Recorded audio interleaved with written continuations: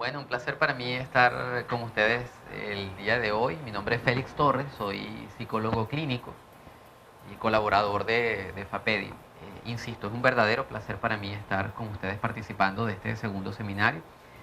Conversando hace unos días con los organizadores, les decía que cosa tan maravillosa, ¿no? Lo que pensamos en algún momento que era negativo, la imposibilidad de hacer el evento en físico se ha convertido en una cosa magnífica, ya que ha permitido la oportunidad de darle a esto que originalmente era un evento en un auditorio reducido, convertirlo en un mecanismo de divulgación con alcance internacional. Excelente, éxito a la gente de papel. Además por el trabajo que están haciendo, que es magnífico. La divulgación siempre ha sido algo muy necesario en el trabajo con personas con discapacidad. Y no porque me haya correspondido el tema de lo socioemocional, pero en este particular considero que el trabajo de divulgación sigue siendo muy necesario. Las personas con discapacidad siempre han sido vistas a lo largo de la historia, desde el punto de vista de la rehabilitación, de la curación, de la reinserción. Y eso afortunadamente ha cambiado. Lo que no ha cambiado todavía es la visión de lástima que la sociedad en general mantiene hacia las personas con discapacidad. Aunque se han hecho muchos avances, pero lamentablemente es una situación que todavía vemos en el día a día y que afecta incluso a las personas con discapacidad de primera mano. Por eso el trabajo socioemocional con las personas con alguna condición discapacitante siempre es importante tenerlo en cuenta. Mi tema de hoy, la discapacidad y el funcionamiento socioemocional, viene a hablar precisamente de eso, lo que queremos lograr desde el ámbito del trabajo con las personas con discapacidad, desde la psicología. Hay que establecer algo en primer lugar. El perfil psicológico de la persona con discapacidad no existe. ¿Por qué lo establezco? Porque siempre me lo preguntan. Mira, y sería bueno plantearte cuál es el perfil psicológico de la persona sorda, cuál es el perfil psicológico de la persona ciega, la persona con movilidad reducida. No existe. No existe porque primero los perfiles son predictivos y las discapacidades no son predecibles. En especial las discapacidades adquiridas, como sabrán, como lo podemos observar acá, tenemos al menos dos grandes tipos de discapacidad para comenzar, que son la adquirida y la congénita. En el caso de la adquirida uno nunca puede predecir que una persona va a tener un accidente, que una persona va a hacer esto, va a pasarle lo otro y va a tener repentinamente una discapacidad. Eso no lo podemos hacer y por tanto no podemos proyectar las condiciones socioemocionales de esta persona a partir de una situación sobrevenida. Lo mismo pasa en el caso de las discapacidades congénitas, una discapacidad con la que la gente ha tenido que vivir toda su vida, pero cada quien ha tenido historias de vida distintas, entonces la proyección no vendría siendo a partir de la discapacidad, sino a partir de la historia de vida del paciente.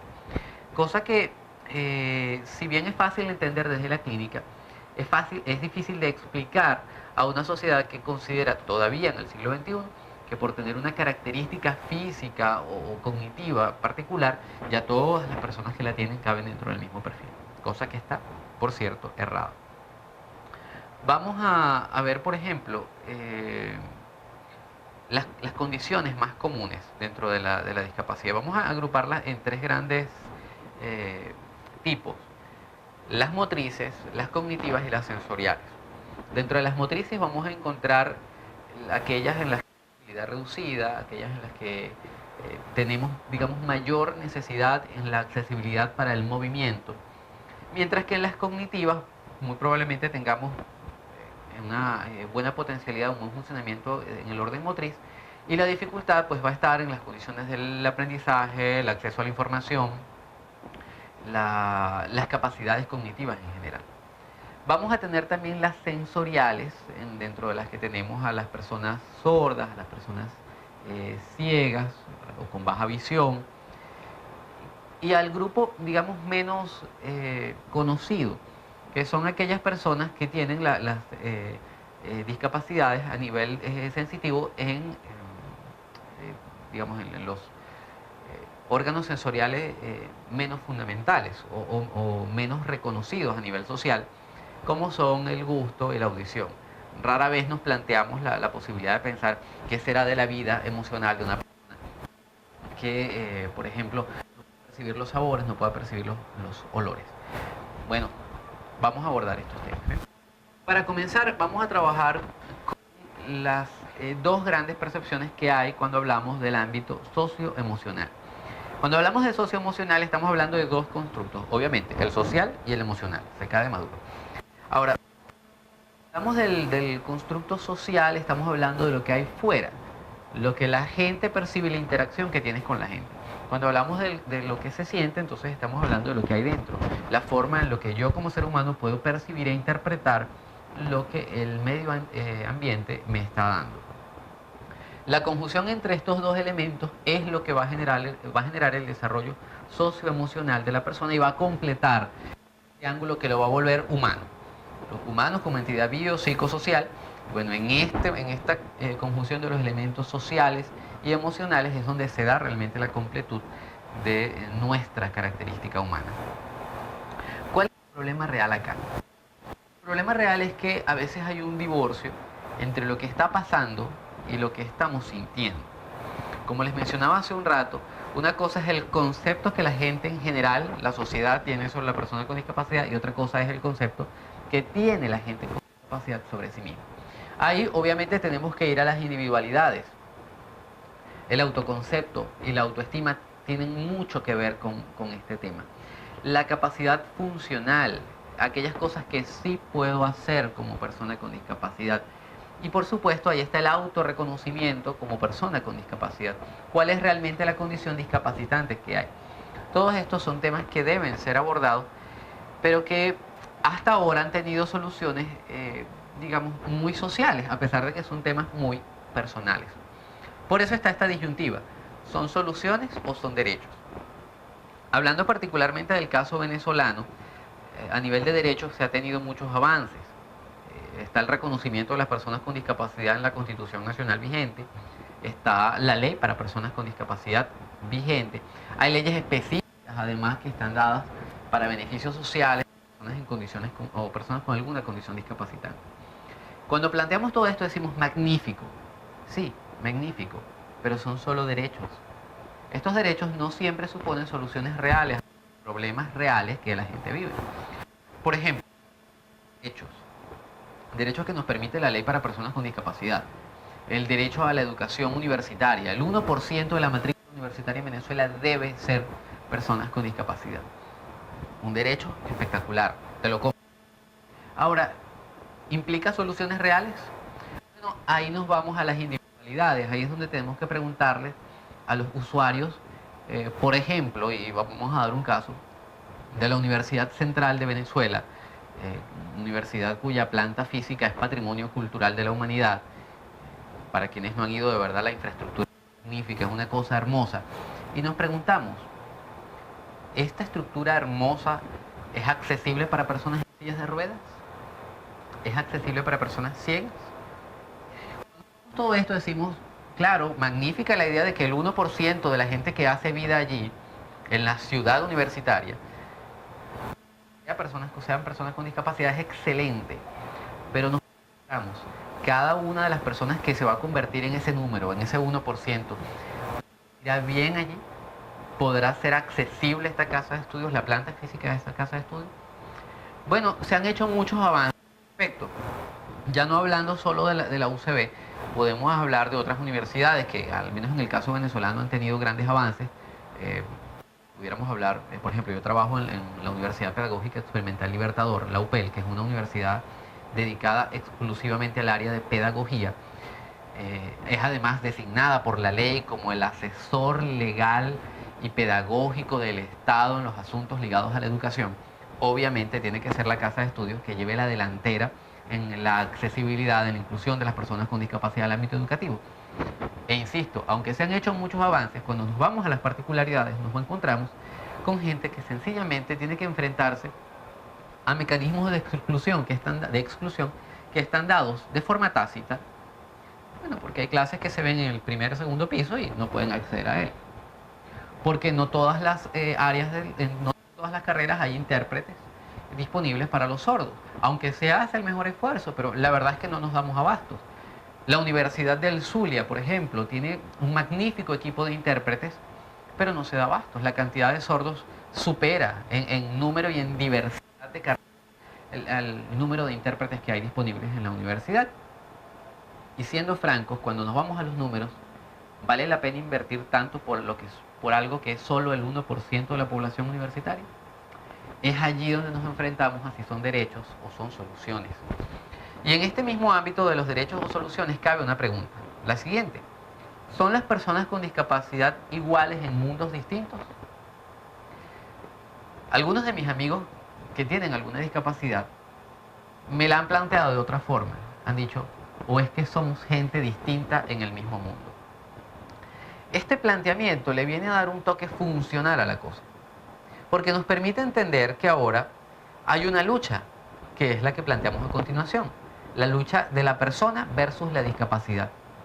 El que tanto la sociedad como el individuo que tiene alguna condición discapacitante o alguna discapacidad deben entender que la persona y la discapacidad no son la misma cosa. Ese punto en el que nosotros como miembros de una sociedad decimos, yo tengo un amigo sordo, yo tengo un amigo ciego, un amigo que está en silla de ruedas. ¿Por qué debe ser la discapacidad ese elemento que lo distingue y no sus cualidades como persona? Cuando lo llevamos más a la profundidad, entendemos que también el individuo con discapacidad, la persona con discapacidad, ha hecho de la discapacidad una forma de vida. Por eso es que no los presentamos como a otros amigos. Generalmente, cuando usted va a preguntar a un amigo, usted no dice, ah, mira, no le hace una presentación, salvo que la ocasión lo amerite. Pero naturalmente uno no llega y le dice, ah, mira, presento a mi amigo, el que es ingeniero eléctrico egresado de la Universidad Simón Bolívar. No dice nada de eso. Mira, mucho gusto. Ah, sí, aquí está Juan, toma, conócelo. Juan es el que yo te hablaba, que es chéverísimo, que la otra vez fuimos de viaje. Y esas son las cosas que presentamos. ¿Qué nos ha llevado allí? La lamentable confusión entre lo que la gente ve y lo que las personas con discapacidad sienten. Esa situación en la que decimos, hola, mucho gusto, mi nombre es tal y yo soy ciego, yo soy sordo. Sí. ¿Por qué no avanzar hasta un punto en el que simplemente digamos nuestro nombre? Nos hagamos ver por aquellos que sabemos que somos, por esa trascendencia emocional que sabemos que existe y que está allí, por las cualidades que nos distinguen como individuo y no como parte de una minoría. Ese es el punto en el que debemos avanzar a entender que la lucha entre la persona y la discapacidad ha trascendido y se ha convertido en una discusión socrática entre la discapacidad y la funcionalidad, que es lo que sí puedo hacer como persona con discapacidad. Y allí nos vamos, por supuesto, es ineludible que lleguemos allí a los avances que hemos tenido en eso que en algún momento se llamó la normalización de la persona con discapacidad, etapa superada, y que ahora se ha convertido en la descripción de los elementos funcionales de la persona con discapacidad. Esos elementos que hacen que hoy yo como psicólogo en consulta reciba a una persona con cualquier condición discapacitante y pueda decir, el paciente tal, de tal nombre, de tal edad, hago su identificación y digo, tiene elementos de alto nivel de funcionamiento, tiene la capacidad de hacer esto, la capacidad de hacer aquello, la capacidad de hacer lo otro, sabe leer, maneja tantas palabras, es capaz de hablar en tantos idiomas. Tiene eso, ese alcance que hoy se ha hecho desde la clínica, y mire que hacer un avance como ese desde la clínica es una cosa extraordinaria, porque fue la clínica, lamento decirlo, pero fue la clínica lamentablemente la que planteó en algún momento en la historia la idea de la curación, de la rehabilitación. Finalmente entendimos que no hay que buscar curas, que lo que hay que buscar es lo que las personas con discapacidad están logrando. Eso se logra desde la individualidad hacia la colectividad. Cuando es más fácil desarrollar afrontamiento de depresión, que son personas con discapacidad, o en el caso de las personas con movilidad reducida, visualizar alternativas para la accesibilidad. En el caso de las personas con discapacidades de orden sensorial, desarrollar mecanismos de adaptación que se pero nos cuesta ver un avance precisamente por el hecho de que son naturales. En una casa en la que yo en solo es el timbre. El timbre es un bombillo, así de simple. Para quien no tiene contacto con este mundo, llegue a esa casa y toque el timbre y ve que se apagaron las luces, la cosa es una broma sorprendente. O sea, ¿qué pasó aquí? Para el sordo eso es algo natural. Ahora, ¿quién logró desarrollar eso? Ellos mismos. ¿Quién logró desarrollar y establecer una convención social de la magnitud que es la lengua de señas? con las diversificaciones que tiene la lengua de señas a nivel internacional, las variaciones que hay de un país a otro, de un nivel cultural a otro. Eso lo logró la misma población que la utiliza.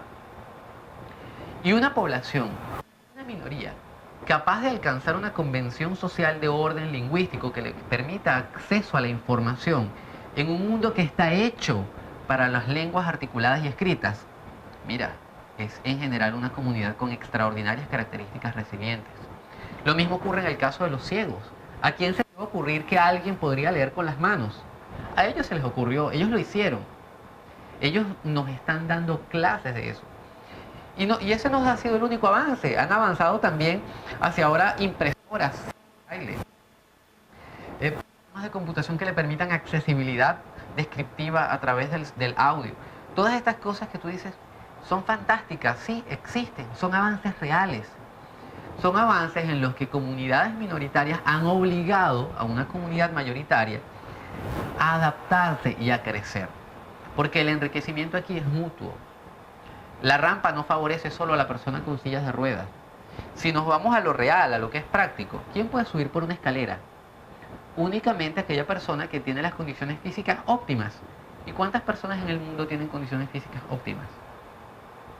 La rampa le sirve al que va en silla de ruedas, a la mamá que va con el coche, al señor que sube el agua con la carrucha, a la persona que simplemente está cansada, a la señora mayor que le duelen las rodillas, a todos, porque la persona con condiciones físicas óptimas también puede subir por la rampa.